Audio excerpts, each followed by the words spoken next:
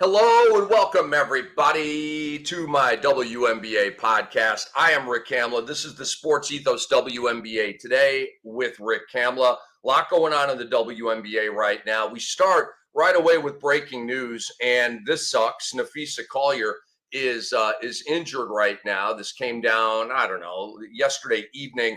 Expected to miss 2 weeks with an ankle injury. She's way out in front to win the MVP award, clearly. And she sprained her right ankle during the second half of Saturday's blowout against the Aces. They won the game by 1,000,000 points. It was just a runaway, and so unfortunate that she picked up an ankle injury in this game. Not even a competitive game. You're out there, and so she came down on an ankle, I believe, and turned it, but she avoided a significant injury, which is very important here. But this sprain will sideline her for at least 2 weeks. That tells me, folks, that this is a monther, and so at least 2 weeks is probably an evaluation point. With them already saying it's out 2 weeks, I kind of doubt she'll be back right on time. 2 weeks out. She is tough. She is durable. There's a chance, but you've got to factor in what the Lynx are trying to do here. They're trying to win it all.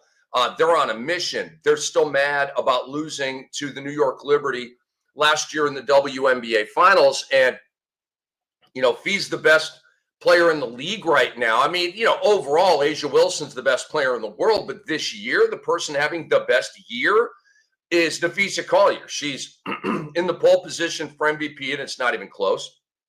She leads the league in scoring, and she's having her best year. She's having the SGA year, where you just win everything. And so they've got to be very cautious about this. When Collier missed multiple games earlier in the year with a back injury, Jessica Shepard started a couple of games, I believe had double-doubles in both of those games. I know she played well and was a fantasy pickup for sure. And Maria, oh man, I'm going to mess this name up. Klundakova, I think I got that right. She also got a start when Fee was missing those games earlier in the year. Now, I wish Napheesa Collier well. You may be wondering, will this tilt MVP odds? It might. I believe that there is a significant gap between Napheesa Collier and Alyssa Thomas of the Phoenix Mercury, who is number 2 for me. Sabrina Ionescu, hard charging.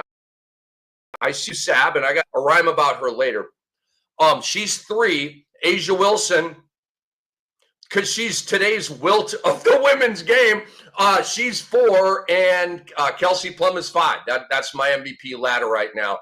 Kelsey Mitchell lurking, Alicia Gray lurking, NECA lurking. Okay, but not quite in that top 5.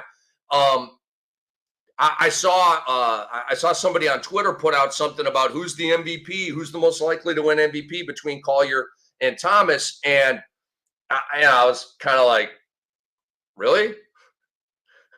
Are you getting any Thomas in your comments and in your reply? And I love Alyssa Thomas. You guys know that. I'm just saying, I mean, the Lynx are 24-5. Fee's numbers are sensational. They are the best numbers in the league this year across the board. She's got blocks, she got steals, she got everything.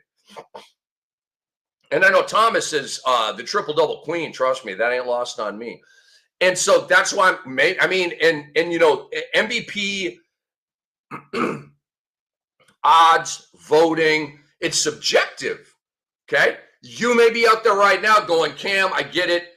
Fee's been amazing, but Thomas is my MVP. Just what she's done in Phoenix, first year there. She's an older player having the best year of her career. There are things to point to. She does have a case. So I don't know. I mean, if Fee misses a month, it might be game on. It might be game on. If she misses 2 weeks, I don't look. Thomas, they got a Setu Sabali thing going on at Phoenix right now. I don't know what's going on with that. We're going to talk about that in a minute. So that may limit their upside a little bit. But Thomas is going to keep rolling with the statistics. But can the Mercury gain traction and start winning some games and shooting up the standings and make that look more even with them and the Lynx? Because right now it's like a 6-game separation, which is huge. So if you want to like get a little creative, you may want to throw a little money on Alyssa Thomas. I do think it's money down the toilet. Ultimately, I think Fee is running away and hiding with this MVP until this. Okay, this could reopen the door. And you know, the Caitlin Clark thing. Obviously, she was my MVP coming into the year. I was wrong because she was not in shape, and she's missed more than half. She's missed the majority of the Fever's games. I mean, I don't even feel like going on a rant about that right now. I really don't. Maybe later in the show. I'm just getting warmed up here, right? It's like the first song of the show. You know, we're getting the sound figured out. You know what I mean? So I'm just not there yet. I'm not ready to volcanically erupt yet, but I might. You never know. So I want to start with so that's breaking news, all right, to start the show. The thing that came down about Fee. And Fee, we wish you well. We love you out here. So now we get into my top three and my bottom three from the previous week in the WNBA. Let's see if I can get cranked up. We've got Andre Lemouche with us, best producer in the biz as well, on the Sports Ethos WNBA today with your boy Rick Kamla. So I understand the Fee injury. She's going to come back. It's not any season-ending thing. They're going to be very cautious with it and make sure that she's totally right when she comes back. Not worried about that, okay? I still believe the Lynx are in a great position to win the WNBA Finals, okay? But with the transaction they just pulled off, trading for DeJounte Carrington, it's over. It's over. Vince Carter style. Okay, the Lynx just broke the league. Dude, the Lynx just got DeJounte Carrington. You WNBA heads out there know that this is huge. It'd be like the Lakers getting Aaron Nesmith.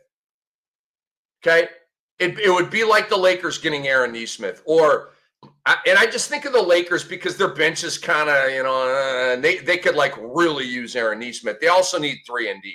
Like, Aaron Nesmith, monstrous upgrade over Rui Hachimura, right? Monstrous. That's just to give you, to give you an analogy here, in case you don't quite know what's up with DeJounte. She's a Tony Allen-esque defender. She's an irritant. Like, she's a pain in the butt to play against. And I love that, okay? I mean, she gets up into you, picks you up 94, and just talking trash in your ear. When they're inbounding the ball, she's right up on you, like all that stuff. Like, I'm gonna be here all day. Like a linebacker will say after hitting a running back in the hole, and they get up and they're walking back to their huddles, and hey, I'll be here all day. You know what I mean? It's like that, dude. She's a dog's dog, and she's going to the Lynx. Come on, man. WNBA, how'd you let this happen? I'm not talking about the league, and obviously it's a joke. I'm talking to the other teams in the league. And I know, the New York Liberty just got Emma Meesman. Emma, my bad. I understand that they just got her, okay? And she's absolutely fantastic, and she had a good performance in her debut with the New York Liberty. She had 11 points. She looked good. Okay. I get that. This is a bigger acquisition than Meesman. It is. DeJounte Carrington, she can score too. Okay. I mean, she's not like Sab or Plum, but she can put the ball in the hole. She's good at driving. She can make an open shot. She's got an offensive game. It's not like she's like a one end of the court player. It does nothing on the offensive end. She can score. I mean, last year, guys, she was the most improved player in the WNBA. And I pretty much called that with Gabby Williams this year. But Nay, as she's known, that's her like nickname. She was MIP last year. An award winner. Now, and she was on Connecticut last year when they were good. They were like third in the dub last year. Right. And then they stripped it bare and they hit the reset button. And she went to Dallas. And your boy, Coach Koklanis, who I call Coach Co-Clueless, And he is. And I see on Twitter, like, people are like he should be fired and stuff like that. And I'm like, yeah. Y'all been listening to your boy Kam. Y'all been listening to the sermons here on my WNBA pod. This guy, like, the first week of the season, it was obvious this guy had no idea what he was doing. None. And that is still the case. So I'm super happy for DiJonai that she's out of Dallas and doesn't have to deal with that anymore. Please get Paige Beckers a better coach. For the love of Orange, for the love of Naismith, please. Come on. You got a better coach for Caitlin? Could we get a better coach for Paige? That'd be great. Please work on that. So the Wings get in this deal. Diamond Miller, Carly Samuelson, who she's just a bench player. She is. And the Lynx's second-round pick in 2027. The reason, so I'll get to Miller here in a minute. Carrington was averaging 10.4 points and 5.1 boards in Dallas. And so you can see the 10 points. She can put the ball in the hole. She is going to help you. She was also all defensive first team last year. And so, I mean, come on, man. And she's going to the Lynx? Dude, when Fee is back, this thing's going to be unfair. Now, on the surface, Diamond Miller, who's done nothing in the dub so far. She was a high pick, though. Samuelson in a second in 2020. Oh, my God, I can't believe, that's all it took to get DiJonai. Now, Miller was the number 2 overall pick by the Lynx 2 years ago. She averaged 7 points a game in her time in Minnesota and just never could really crack the rotation. And I'm not saying that Diamond Miller is a bust. She can't play. She stinks. I'm not saying any of that, okay? I don't know a lot about her, to be honest with you. But what I know is that you've got Williams, you've got McBride, you've got Carlton, you've got Smith, and you've got Fee. You got no room, okay? There was no room for Diamond Miller to get in there and do her thing.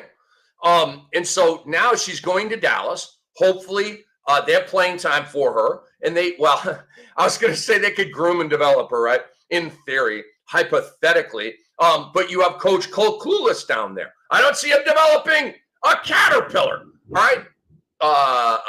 There was still lightning strike out there that was kind of alerting. The guy just stinks, man. So I wish Diamond Miller well. I'm super excited about DiJonai Carrington going to Minnesota. The balance of power is heavily in favor of Minnesota right now. They've already got the on-a-mission mentality. They're already coming off of the loss, not the win. Okay, that's an advantage over the Liberty. I don't know if you believe that or not, but I'll die on that hill. I've seen it time and time again. The motivation coming off a loss versus the motivation trying to repeat is completely different. And now you get Carrington, who's going to really help to mitigate the games here without Fee. Smith will probably rock up to the 5. They'll probably go Shepherd at the 4, and then maybe go a little smaller. I'm curious long term when Fee is back. Does Carlton stay in the starting 5, or do they go Williams, McBride, Carrington, which is so dynamic, and then you go Collier and Alana Smith? I'm wondering if they do that. Now, Carlton is a stroker from the outside, okay? She can really bury shots, and she's a great catch-and-shoot player. Maybe they need that. DiJonai is not – I mean, she can catch and shoot a 3, right? But she's not like whap, whap, whap, whap. She's not like that. She doesn't have a wetter, okay? She doesn't. Carlton's got a wetter. So that'll be interesting to me. Does DiJonai come off the bench? How much does she play? How much does she eat into Carlton's playing time? Does she take the starting spot from her?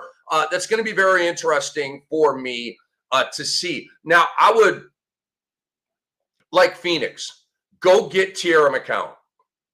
It's so obvious. By the way, the DeWanna Bonner thing really isn't working out in Phoenix either. I don't know what's going on with DeWanna Bonner. I really don't. Phoenix needs to make a move, though. Phoenix, you're close, okay? Like, I'm sorry, like DT's my alt. She might go. I love DT, but she is gone and forgotten. Brittany Griner, gone and forgotten. This Phoenix team is legit. as is Sabali and Thomas. Natasha Mack is solid. Kalia Copper, she's a homie. Okay, I love Kalia Copper. And you got all these solid role players, right? But go get some firepower. Tierra McCowan is just chilling. Doesn't have a job.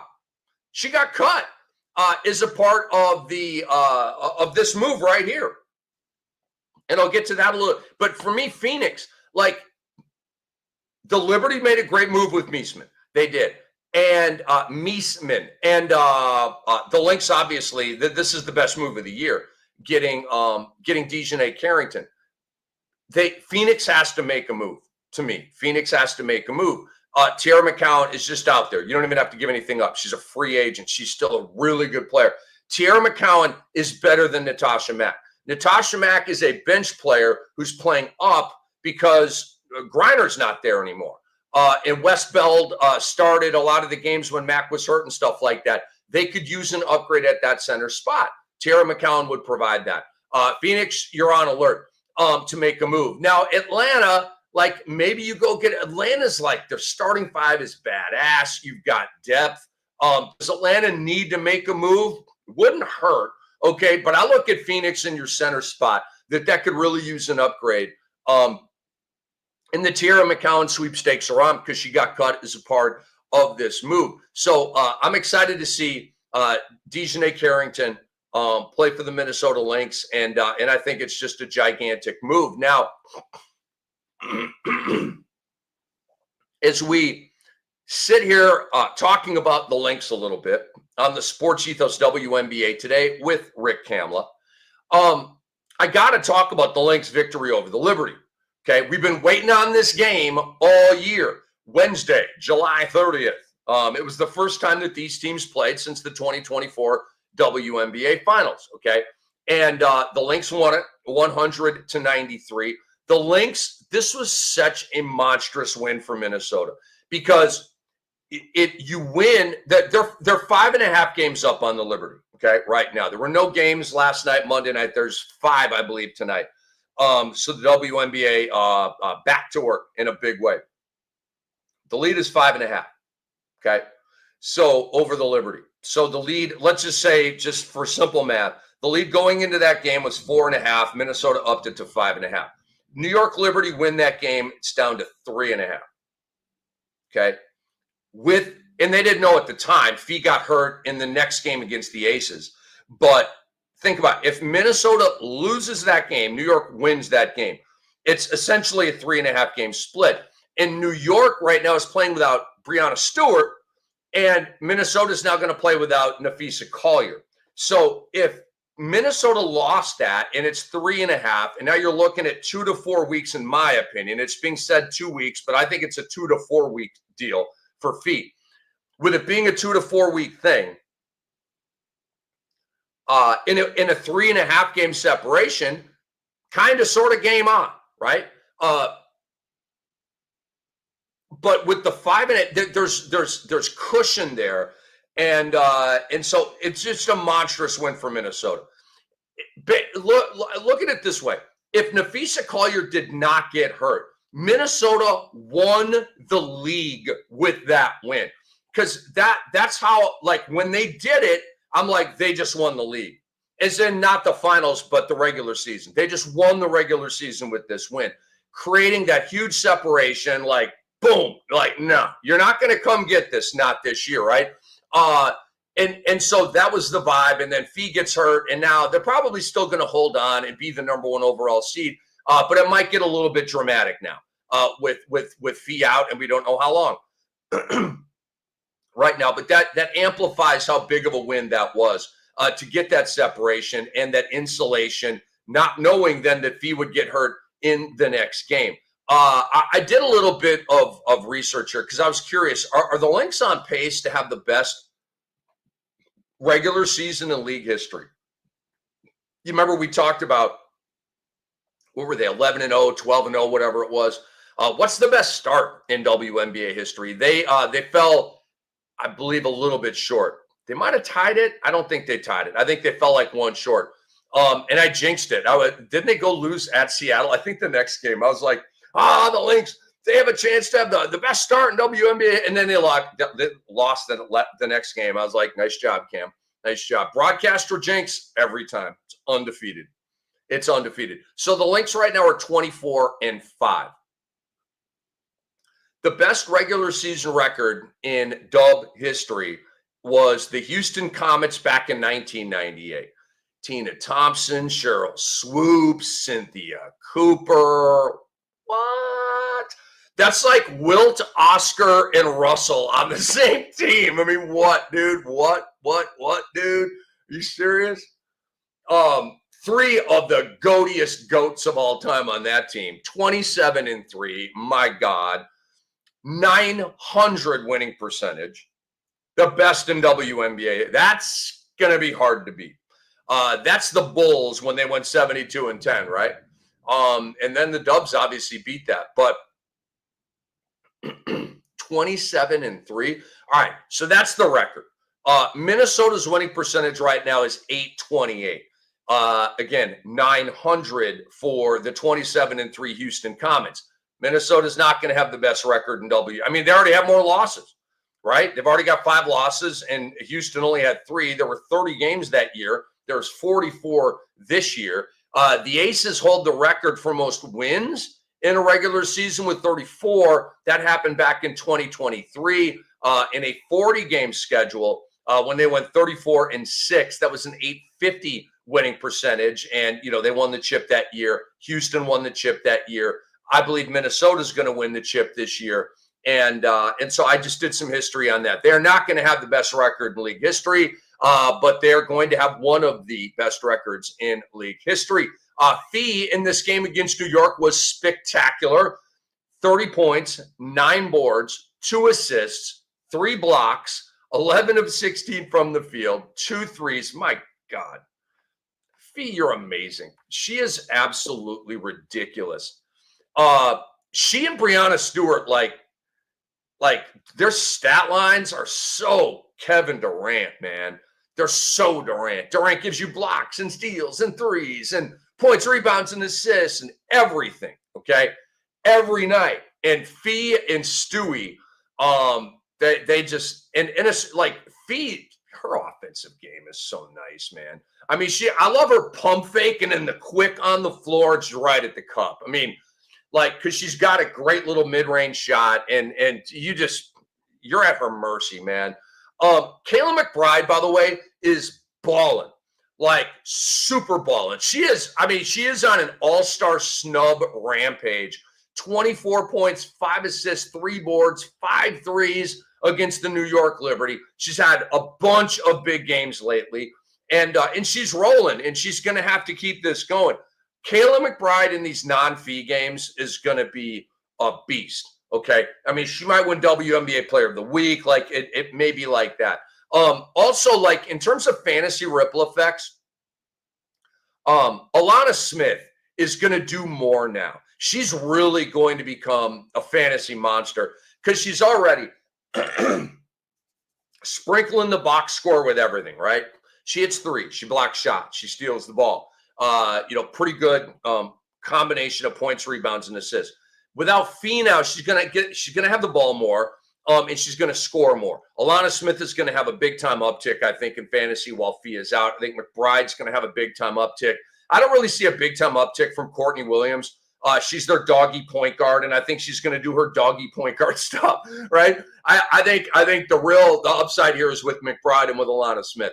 And shout out to Sabrina Ionescu in this game when the Liberty lost to Minnesota. She had 31, 5 boards, 4 assists, 3 threes, made over 50% of her shots, and she was absolutely fantastic. One more note on Tara McCowan, and we'll wrap this up and move on to number 2. Is the Tara McCowan sweepstakes, right? Leaving Dallas, Phoenix, and GSV.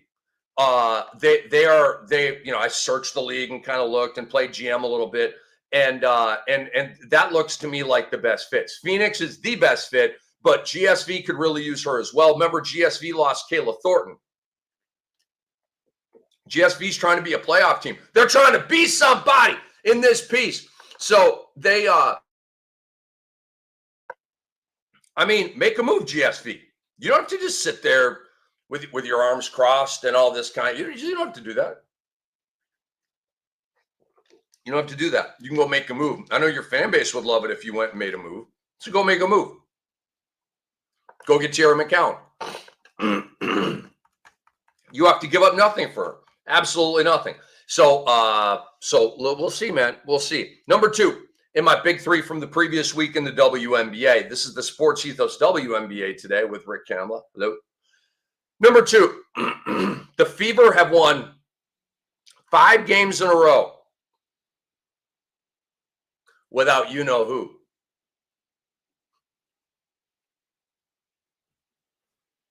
CC. The Fever have won 5 in a row without Clark. What's going on with that? What's going on with the face of the league? The team's just printing wins without her, man. What's up? I can't help but get snarky and sarcastic with this. I can't. The missed games are just, they're not sitting well with me, bro. They're not. So the Fever survived a late run by the Seattle Storm on Sunday. They got the win 78-74, extending their winning streak to 1, 2, 3, 4, 5 without Caitlin Clark. They're 17-12, mostly without Caitlin Clark. And I'll stop doing that. I love this. I'm not a Caitlin hater at all. I like Caitlin Clark. I like her spunk. I like her skill. I like her game. I like her fire. I like her State Farm ads. I don't like missing all the games with the injuries. I don't. And I the reason why I just can't get off of this, it's like the Luka thing. I could not get off of Dowie Doncic. I couldn't. You guys have watched me for years. You heard me on NBA radio on Sirius XM with Antonio Daniels talking about Doncic's weight. Okay, this goes back 3 years. And I've been complaining about him complaining about the refs for like 5 years, however long he's been in the damn league. All right. And it's funny how like now you see this narrative and it's just so many people have it, right? But that's fine. That you all know where it started. But Dowie Doncic, by the way, if you see any, like if Stephen A poaches Dowie Doncic, like please call him out. Just do it for me.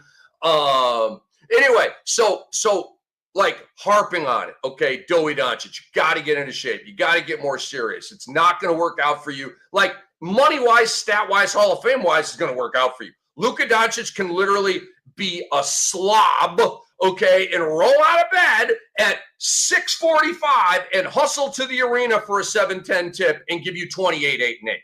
Okay, there's no question about it. A tubby, doughy, sloppy, hobo version of Luka Doncic is still going 28, 8, and 8. Okay, but he ain't winning shit. You know what I'm saying? To win, you have to get serious. Kobe serious. All right. And Luka appears to have turned the corner on that. It's on the cover of Men's Health. Awesome. Super happy to see it. Well done, Luka. Way to grow up, right? Way to grow up and get mature and get serious. Caitlin Clark's got to get more serious about her game. There's a responsibility. Okay, you're the face of the league.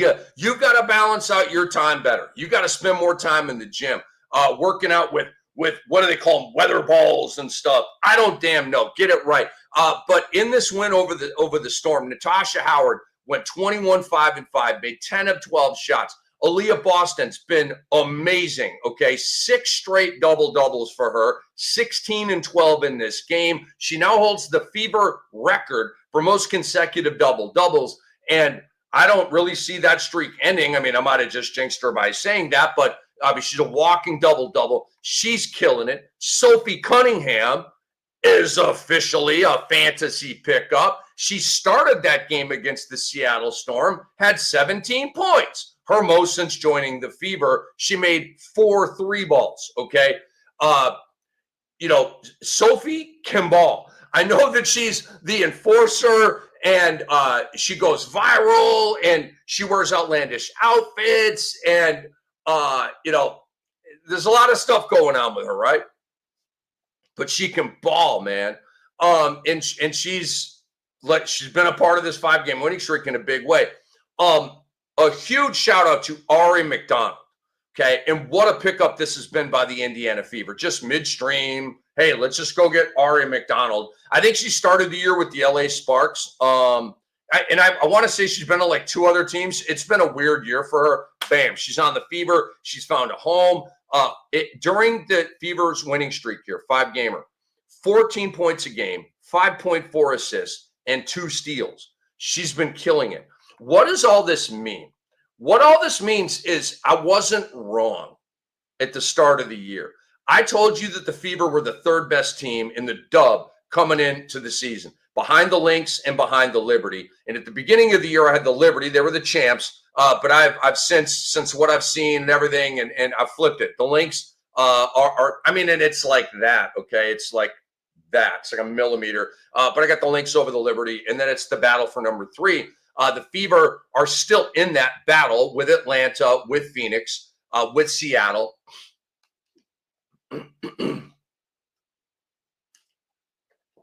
But the fact that they've won 5 in a row without Caitlin, that is why I said they were the 3rd best team in the league. Their talent, their depth, they've got a ton of it. And so now without Clark, you're seeing it, okay? I didn't even mention Kelsey Mitchell's name. Kelsey Mitchell did not play well in that game again. At 3 of 16 or something like that. You know, she's a shooter. She's a gunner. You're going to have games like that. So everybody else stepped up. Natasha Howard had 21, 5, and 5, right? So this roster's bad to the bone. They can still make playoff noise. I don't see them beating New York or Minnesota, but maybe, just maybe, if you have America's sweetheart, the sports world's version of Taylor Swift. She is.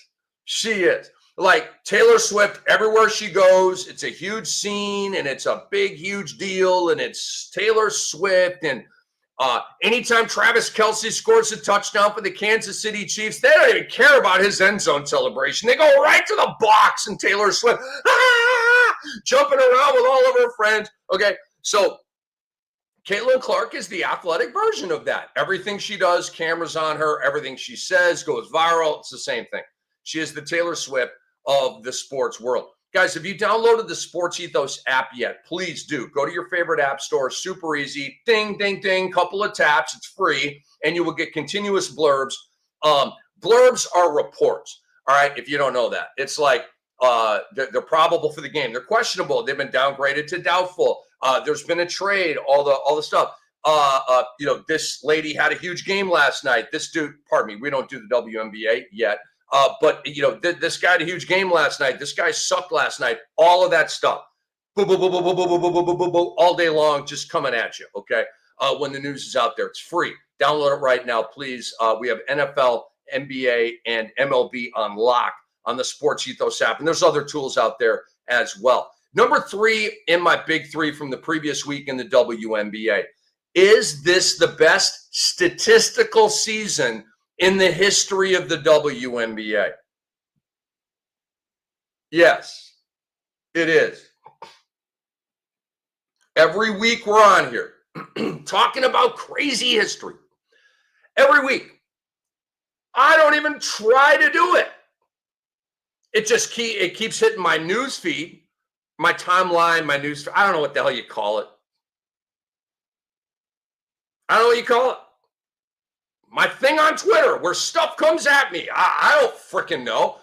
But I know this year, think about if this were the case in the NBA.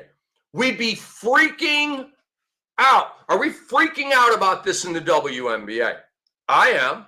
Okay. We have a chance this year for a lady to have the most assists in a single season, for a lady to have the most rebounds in a single season, and for a lady to have the most steals in a single season. And I understand there's 4 more games this year, okay? It's gone from 40 to 44. That's not really that big of a deal to me. That's not going from 40 games to 55, where you completely kind of leave history behind and your game's completely different. Going from 40 to 44. Okay, cool. I'm not going to water down these accomplishments. Now, I may do some math on it when we get the end of season numbers on Alyssa Thomas with the assists, on Angel Reese with the boards, and on Gabby Williams with the steals. And then figure out, okay, those 4 additional games just to extra vet it, right? And I may not. It's an idea I just had. I may forget. And Andre may keep me honest, and he may remind me of that. Angel Reese has a chance for the most total rebounds in a single season. She already holds the record for the single season rebounding average. Already has that record. I've said, going back to last year, she's the best rebounder in league history, and I don't care if you disagree. I could care less. You aren't paying attention, or you're a hater if you can't get on board with that. Every single number says that she's the best rebounder in WNBA history, especially because she's doing it at this age. She just got to the league. There's been no like ramp up development, like slow roll. No, rookie year, she passed Candace Parker's single season double-double record as a rookie. Candace Parker. What? It's insanity. It's insanity. This is the best stat era of the WNBA by far. WNBA stats aren't that impressive, guys. We talked about this. I got a Taurasi stat for you in a minute that's going to amplify that point. And I don't say that with any haterade or any bad tone to it. Like, think about this. It's rare, really rare for a guard in the WNBA to go 20 points and 5 assists in the same season. What? We have numerous NBA players go 20-plus points and 5-plus assists every year. Numerous guys. And in the WNBA, it's like extraordinarily rare. The stats, and you know I love the stats, and I'm a historian, and I'm fascinated by the statistical difference between the men's game and the women's game. And I continue to get these stats, and I'm just, like you guys know, I've covered the WNBA for 20 years, but I'm not a closed book. I'm not a finished product. We're all continuing to evolve and get better and intake new information and stuff. And the new information that I'm taking in on the WNBA is awesome. And it's really thrilling for me, okay? Angel Reese is 163 rebounds away from the record and would need to average 9.6 boards a game. Child's play for her over the final 17 games to get there. She's at 12.6 rebounds per game, okay? 3 per game above where she needs to be to set the all-time record for rebounds in a season. It sounds to me like that extra 4 games isn't going to really come into play here for Angel Reese. All right, so she's got a chance to set the board record. Alyssa Thomas is on pace to reclaim the all-time single season assist record.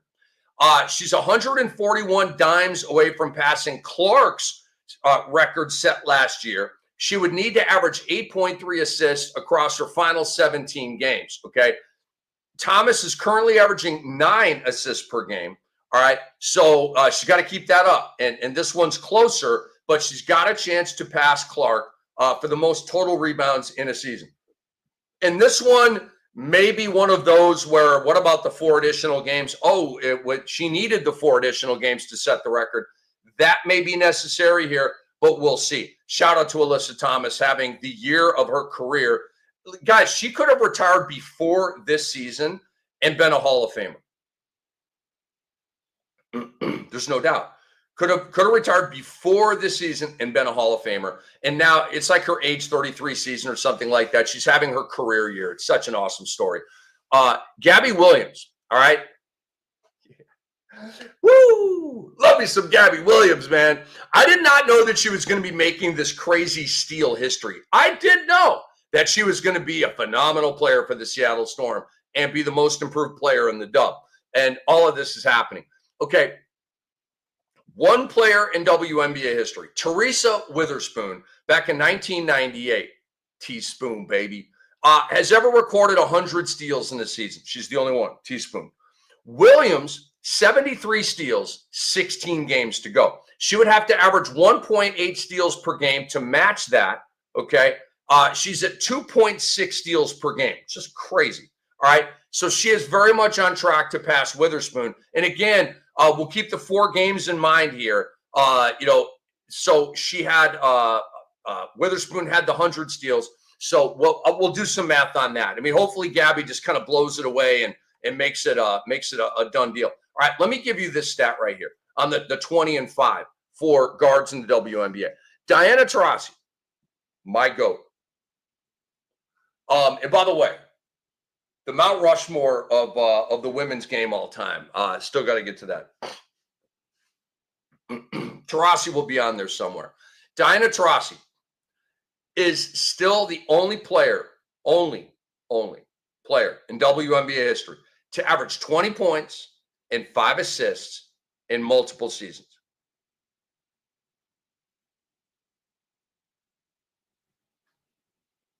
How's that stat hitting you? How's that stat hitting you? Doesn't make sense, does it? It sounds like the internet's lying to you, right? Like AI effed up. It's what it sounds like. Whoa. Cynthia Cooper never averaged 20 points and 5 assists? Nope. Sabrina Ionescu never averaged 20 points and 5 assists? Nope. Caitlin Clark? She only played 1 year.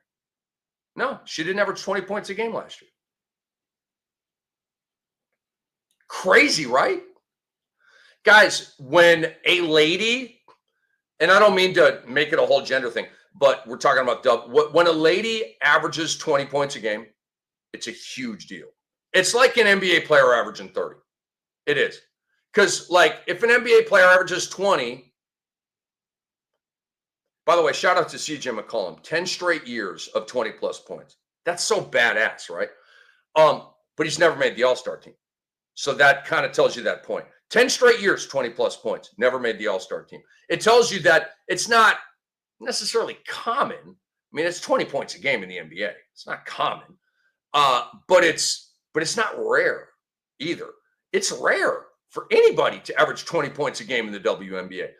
And so it does kind of take me to Asia last year at 27. Like, what the F, dude? Like, what was that? 27? That's like a Kobe-esque 37 in the NBA, right? Where you almost average 40 points a game. What? It's insane, dude. So Diana Taurasi is the only player in WNBA history to average 20 points and 5 assists in multiple seasons. Absolutely mind-blowing stat. I still can't believe it. Kelsey Plum is knocking on the door of being that next lady to do it. Okay, back in 2022 with Vegas, where she still should be, Kelsey Plum averaged 20.2 points and 5.1 assists. Okay, she barely got there. Think about that. 20.2 points, 5.1 assists. In the NBA, that's like a good, very good fantasy season. It's not great. That's not great in the NBA. That's not great. Might not even be all-star. Okay? In the WNBA, it's historic. It's crazy to me. Absolutely crazy to me. So Kelsey Plum goes 20 and 5 in 2022. 17 games left on the schedule. Plum is averaging 20.3 points and 6 assists. Okay? Kelsey, please do this because I love Kelsey Plum. She is one of my GOATs as well.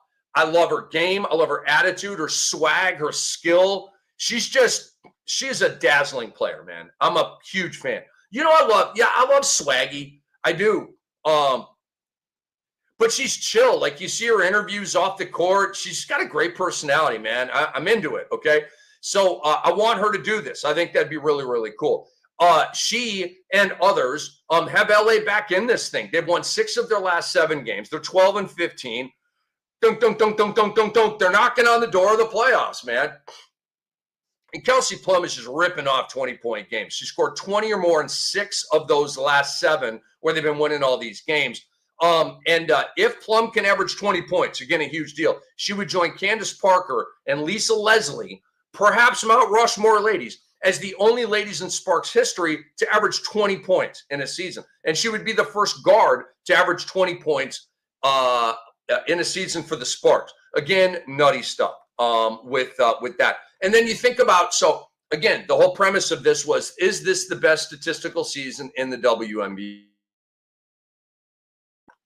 And my answer is yes. By the way, if you're watching this episode on Twitter and enjoying the show, please subscribe to the Fantasy NBA Today podcast feed and also the Sports Ethos YouTube channel. And our show here is the Sports Ethos WNBA Today with Rick Kamla. Please retweet this on your timelines and let everybody know your boy Cam is talking about the WNBA. Who else is talking about the WNBA like this? You guys tell me. You guys tell me. I think we're about it. There may be other, I'm saying like this, the deep dives that we take, the historical knowledge that we bring, and the secret sauce that we bring. So this is the best statistical season in Dub history. All right. Every time Paige Beckers plays, she makes history. Every time. Napheesa Collier having an historic season. Okay. Alyssa Thomas, all the history, you know, like her last 3 games is like the only player in WNBA history to have the number sequence that she's had over the last 3 games. Like the triple doubles, like Alyssa Thomas, she's walking human history. Okay. Sabrina Ionescu having an historic season with the New York Liberty. Caitlin Clark. Okay. She never plays, but when she does, she makes history. All right. She has these crazy stat lines that have never been seen before. Yes, this is the greatest stat season in WNBA history. I think you got to go back to 61-62 for the best stat season in NBA history. I think that was Wilt's 50-point season. Elgin Baylor had like 10,000 points that year. Like it was, but like the best stat season in the NBA was like 800 years ago. I mean, for real. So in this right now, 2025 is the best stat season in WNBA history. I think that's absolutely amazing. The fact that there are 5 major stats in the in basketball: points, rebounds, assists, blocks, steals. Those are the 5 main categories. We have a chance for a lady to break the record in 3 of those 5 categories. And hopefully we can't just say, well, it was because they added 4 games. That's why that part's important. Okay. And I want to get that narrative right. Because if the 4 additional games is why these ladies now have the record, that needs to be said. Okay. I'm not necessarily going to put an asterisk on it, but it needs to be said. By the way, the best individual season in league history was last year, A'ja Wilson, when she was the first player to reach 1,000 points in a season. Her scoring average was the highest in league history. She had the highest PER, player efficiency rating, in league history, and the highest win shares in WNBA history. And that was last year, and they weren't even that good of a team. I mean, they were a contender, right? But they were kind of, there was just something off with them last year. This is the best stat season in WNBA history. That's cool. I want you to visit sportsethos.com. Go there. All of our writing, all of our brilliant analysis is out there. But I really want to alert you. It's fantasy football draft season. You may be doing a draft tonight. And I see you ladies out there. You got your prep and your notepad and your laptop. And you're ready to go. You want to go to the SportsMart and draft your team. I see you too, okay? So fantasy football draft season is on. We got you. Nobody's doing what we do. We got the NFL on lock. I've got the college football fantasy on lock. So we've got both layers covered. And I want you to go to sportsethos.com and subscribe. $6 a month. You're not even going to miss that. And it's 60% off, okay? You can't lose. Go to sportsethos.com and subscribe to our work. Thank you. Bottom 3 in the WNBA from the last week. Number 1. Is Caitlin Clark losing stock? The tweet of the week in the WNBA last week came from I Talk Hoops. Again, shout out. I got to reach out. I don't know who runs I Talk Hoops, but I'm going to reach out to them, in their DMs or whatever, and be like, yo, you want to come on my show? I'm going to literally effort that because it's a phenomenal follow on Twitter. Phenomenal. I think it's better than at WNBA. And at WNBA is a really, really, really good follow. It is phenomenal follow. I think I Talk Hoops is better. Who cares why? I just think it's better. So here was the tweet. The Chicago Sky without Angel Reese, 0-4. The Dallas Wings without Paige Beckers, 1-5. The Indiana Fever without Caitlin Clark, 9-7, won the Commissioner's Cup. And I was like, oh, that would hurt. Ooh, that would hurt. That would hurt. I go back to what I've been saying. Are we sure Caitlin Clark is better than Paige Beckers? I'm not sure about that. I'm not. By the way, first to say that, I've seen some others now, like Paige and Caitlin and who's better. Where did it start? Right here with your boy. I've been doing this narrative creation and proliferation for a long, long time, folks. But that is a Caitlin losing stock tweet. It is. Chicago is upside down without Angel Reese. Dallas just has no shot without Paige Beckers. They get drilled by 40 without Paige Beckers. Indiana, they won 5 in a row without Caitlin Clark. Is Caitlin Clark's stock falling? Is she losing stock? Probably not. Probably not. Probably not. I mean, she's the face of the league. Right now, she's making money. She just got a deal, some kind of deal. On the phone with the radio, somebody just came at her with some money. I don't know, a wheat germ farm in frickin' California. I don't damn know, dude. Wheaties came at her. Mercedes-Benz came at her. I don't know. She just got another deal, though. And she's not even playing. She doesn't even have to play. She's America's sweetheart. She's the Taylor Swift of the sports world. You don't need to play when you're the Taylor Swift of the sports world. You just need to show up wearing outlandish clothing, walking into the arena, smiling, and then you go to the locker room and you never play.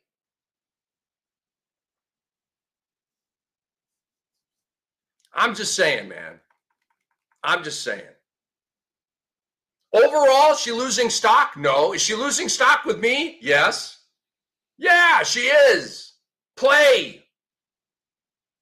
Once upon a time, Brandon Ingram was a hot shot coming out of Duke with the Lakers. Big hopes and dreams. Wow, this guy could be really, really good. And then you watch and you cover his career and you're like, wow, this guy never plays. This guy obviously does not love the game enough. Man, he's not my guy. Yeah, I'm asleep on him. D'Angelo Russell, same way. Zion Williamson, same way. Jimmy Butler, same way. Dude went Hollywood, lost me. I'm out, bro. Has Caitlin lost me? She's losing me. I'll say it like that. Because this is 1 year. She played last year. She was healthy last year. Give it to her. I'm not bailing on Caitlin. I'm salty that she's missing all these games right now. And I need to see, the improvements. I need to see her on the cover of Women's Health in the offseason. I know it sounds like a joke, and it is, but I actually mean it. There's truth in that sarcasm. Caitlin's not the best shooter in the league. She's not the best player in the league. And right now she's a myth that lives in commercials. It's what she is. She is losing stock with me. She's not losing stock with the greater sports world because they don't pay this much attention. The greater sports world does not know, okay? They may not even know that Caitlin Clark is hurt. Okay? Middle America, they don't really watch the dub very often. They see her in ads. They love Caitlin Clark. She's Americana, and they have no idea that she's out and missing 10,000 games. Okay? The Fever have played 29 games. 29. Clark has played 13. She's missed 16 and played 13. That's some Brandon Ingram bullcrap. Number 2 on my bottom 3 from the last week in the WNBA. Satou Sabally out for the game against the Chicago Sky recently due to personal reasons. It came one game after she was benched in the second half of the Mercury's matchup with the Atlanta Dream. Uh-oh. What's happening here? Per reports, her absence is unrelated to the recent benching incident. Really? Are you sure? While there have been speculations about potential trade rumors, the Mercury's coach, Nate Tibbetts, my coach of the year right now, confirmed that her absence is a personal matter and they are supporting her. This is weird. Trade rumors for Satou Sabally? That doesn't make any sense. None. You just got her. Why would you want to trade her? Does she want out? Is she at odds with Nate Tibbetts? Does she have something going on at home? God bless her and her family if that's the case. This is murky. It's drama. I don't know where we're going here. I mean, but trade rumors? Why? She's having a great, she made the All-Star team this year. 17, 7, and 2, okay? 1.3 steals, 1.6 threes. She's a bomb player. She's a 3-time All-Star in the prime of her career. I love Satou Sabally. I mean, stop it. Well, I don't understand. Phoenix is 5-5 in their last 10 games. They've slipped to 4th in the standings, and largely due to Sabally missing games here. Hopefully she can get it together and get back. And again, I hope everything's good in her life and nothing's going on there. I just don't know. It's very, very weird. But it has caused Phoenix to kind of, and I'm not putting it all on Satou. I'm not putting it all on her because they've had some other injuries and stuff like that. But it's just weird, like in this spike for Phoenix, and Alyssa's number 2 in MVP, and Nate Tibbetts is the front runner for Coach of the Year, and it's all happening, and now you got a Sabally problem. I don't get it. I don't. We will soon find out what's up. Number 3. In my bottom 3 from the last week in the WNBA, the Aces lose a game by 1,000,000 points. This was the game in which Fee got hurt. The Lynx defeat the Aces by 53 points, the second largest margin of victory in WNBA history, 111-58. Okay, 111-58. Are you serious? Becky I can't even imagine how mad Becky Hammon was during that game. She is as fiery of a coach. I love Becky Hammon. I love the NFL. Huge NFL guy. Have been my whole life. Becky Hammon is like a football coach. Football coaches are never happy. Always angry. Always something you did wrong. I retired in 10th grade because of the coach. I mean, the biggest. I was like, I can't do this anymore. This is borderline abuse. I got to get out. I got to get out. And I don't want to go into, but I made a nice transition. I actually became an entrepreneur. I went from that and started making tie-dye T-shirts. So after school, you go to football practice, you get your ass kicked, you limp home, you've got a bloody lip and half concussed. And so I said, I don't want to do that anymore. And, so I want to hang out with my deadhead buddies, all right, and have fun, go to the lake, get some sun, and then go in and make tie-dye T-shirts. So we made tie-dye T-shirts. We brought these T-shirts to school. They were the biggest hit at our high school. We were selling them for $20 a pop. This is back in the 80s, bro. Your boy was like cash rich as a junior in high school, okay? It was a good move for your boy. It was a good move for your boy. So I love Becky Hammon. If I had to play for her, there'd be good days and bad days, right? But from afar, I appreciate like the football coach mentality that she brings. Oh my God, I can't believe how much she yelled at her crew, because she's called out her aces all year for like not being tough enough, and that's not like what the aces do, and like all this stuff, right? And there have been many times this year they've gotten their asses kicked, and Becky Hammon's gone ham on her team, right? I can't imagine after getting drilled, the second worst loss in league history, how Becky Hammon took that. Becky, here's a hug for you, okay? Because I know that really pissed you off. The good news for Las Vegas. There is good news. Jewel Lloyd has gone from problem in the starting five to perhaps solution coming off the bench. Okay. Against GSV, she just had 27 points off the bench, made 8 of 13 shots, 7 3 balls. Hello. That's a monster game in the WNBA. Monster game. That's a 40-point 10 3-ball piece in the NBA right there. So Jewel Lloyd made the decision to come off the bench for the first time in 6 years. Okay. Over those 4 games, she has gone for 17 points a game, shooting 51%. Click. We have a fit. Okay. Sometimes in a great career, this is a future Hall of Fame player we're talking about. Jewel Lloyd is going to moonwalk to the Hall of Fame. Michael Jackson style. No, no doubt. Okay. Sometimes in a great career, it's time to take the bench role and keep it moving. Allen Iverson did not want to do it. Okay. And that's why his career came to an abrupt end. Teams were like, dude, you're a bench player right now, and you're going to be the 6th man of the year for the next 3 years. He's like, I can't do that. I'm a star. I don't want to do that. Respect, okay, but that's what he did. Isaiah Thomas told me in our days working at NBA TV, because I asked him, he retired at like 32 or 33. And I asked him, why so soon? And he mentioned injuries and stuff like that. But he said, when I got to the point where I couldn't be the best in the league, I didn't want to play anymore. And I'm paraphrasing, but he noticed due to the injuries and obviously ascending age and a ton of games and odometer and stuff like that, that his game was diminishing a little bit. And he only wanted to play at the absolute top of his ability. Otherwise, he did not want to play. And again, like the basketball world out here, we're like, yo, Isaiah, it would have been cool if you played more, right? But that's not on us. It's on him. It's his decision, okay? And I respect it. I honor it. I admire it. I don't know how else to put it. Like no hating, no second guessing at all. Like that was your decision. That was your journey. Awesome, dude. I mean, as is, Isaiah Thomas is a Mount Rushmore point guard.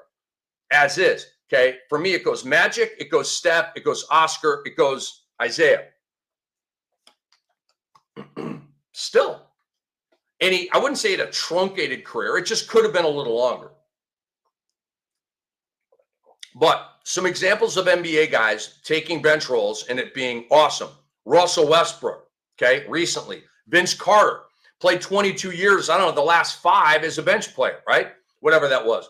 Chris Paul, this year with the Clippers, accepted a bench role. Well done, CP3. It's going to be his last year playing LA. Try to win a chip until James Harden chokes with the Clippers. J.R. Smith, right? 6th man of the year with the New York Knicks. He was better as a bench player than a starter. Jamal Crawford, Lou Williams, Carmelo Anthony, okay? It's just, it's not like, oh, it's a big ego hit. Oh, I'm ashamed to be a bench player. No, dude, you're old, okay? Brooke Lopez this year with the Clippers. It's going to be a phenomenal bench player for them. All right, so that's my bottom 3. The Kammy of the week goes to Sabrina Ionescu. My God, is she on a heater right now. 36 points against Connecticut, 11 rebounds, 4 assists, 14 of 22 shooting. What? I mean, that is in the zone, y'all. 14 of 22, 36 for Seb. Over her last 6 games, she's gone 36. I mean, the goodies too. 36, 11, and 4. 23, 7, and 5, 31, 5, and 4, 17, 4, and 5, 30, 8, and 6, 29, 5, and 8. Ah, what a run. It's arguably the best run of her career. And she is helping to keep New York in second place by a half game over Atlanta. Sabrina Ionescu, talked about history. Here's more. She passed Skylar Diggins and now holds the most 30-point double-doubles by guard in WNBA history. It's the greatest stat season in the history of the WNBA.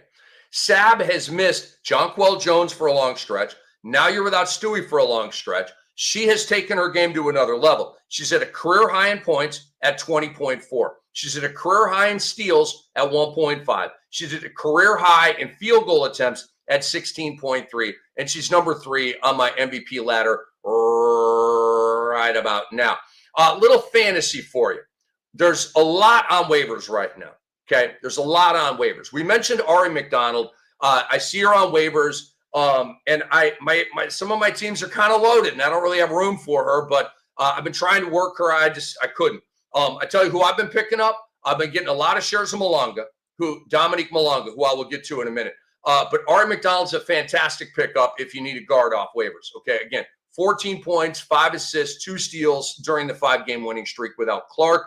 And we have no idea when Clark returns. When Clark returns, Ari McDonald's not going to be a thing anymore, but right now she is. Anissa Morrow of the Connecticut Sun. When she plays 20-plus minutes this season, she's 11.5 points, 9.1 rebounds, and 2.2 stocks per game. She went 16-9 with 2 blocks against the New York Liberty. Okay, fantastic pickup off waivers. Dominique Malonga.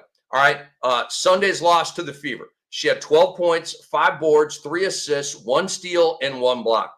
This young lady can ball. She's played at least 20 minutes now in 3 straight games. All right, it took a minute, but her playing time is ascending now, and she's joined the party, and she's here now. She's rostered in like 26% of leagues. Go get Dominique Malonga. She's dynamic. She's hit double figures in 3 of her last 5 games. Okay, so she's a fantastic pickup right now. Guys, Brittany Griner is having, I got to call it what it is. It looks like the bottom is falling out. You're missing all these games. I think she's got a neck injury right now, and the numbers are way down from what we're used to. And Naz Hillman arguably has been better than Brittany Griner, okay? Naz Hillman on Sunday against the Mystics, 14, 13, and 5. 2 blocks and 2 threes. What a game. She's been extraordinary, okay? That is your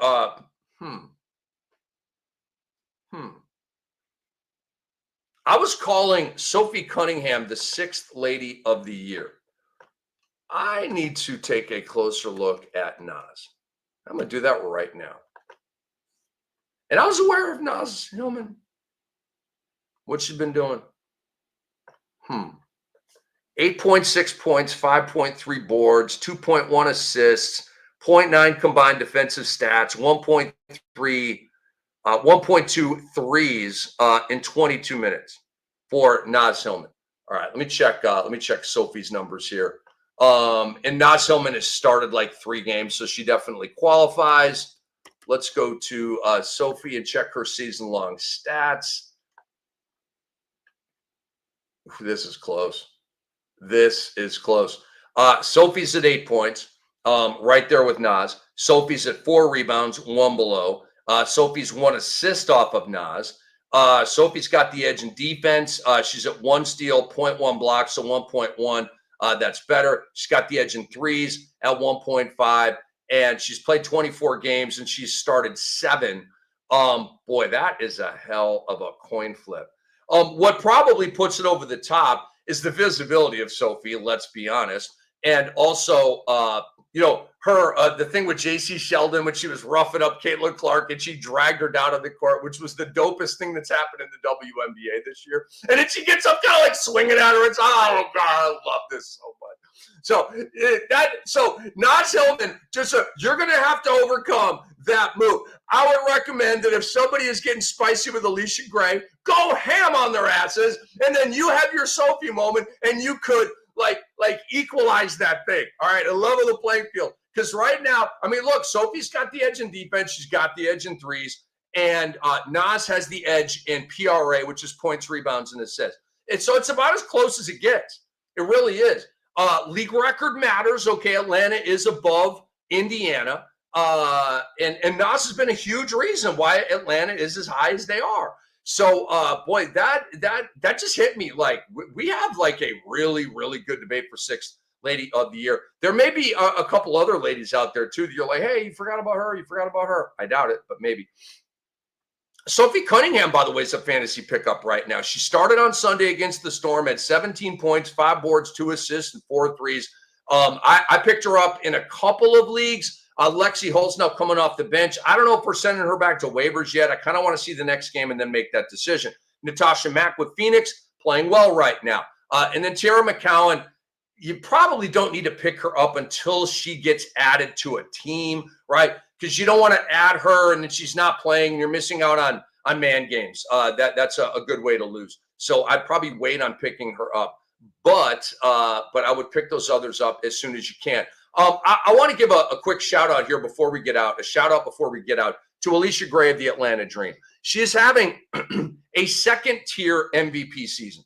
Okay, the top tier is Fee, Alyssa Thomas, Sab, and Asia and Kelsey. Okay, that's my top 5. And then, like I said, I got Mitchell, I got Gray, I got NECA kind of looming in that 6 through 8 zone. Alicia Gray is there, okay? She's in that zone. That's how good of a year she's having. Shout out to her. Atlanta beat Washington 99-83. She had 22, 6, and 4 with a couple of threes and a couple of steals, continuing her badass season. WNBA players this year averaging 2+ threes per game on 40% shooting. There's 2 of them, Alicia Gray and Kayla McBride. So I shout out Alicia Gray on just having a marvelous season with the Atlanta Dream. And that's it. That's it for our episode, man.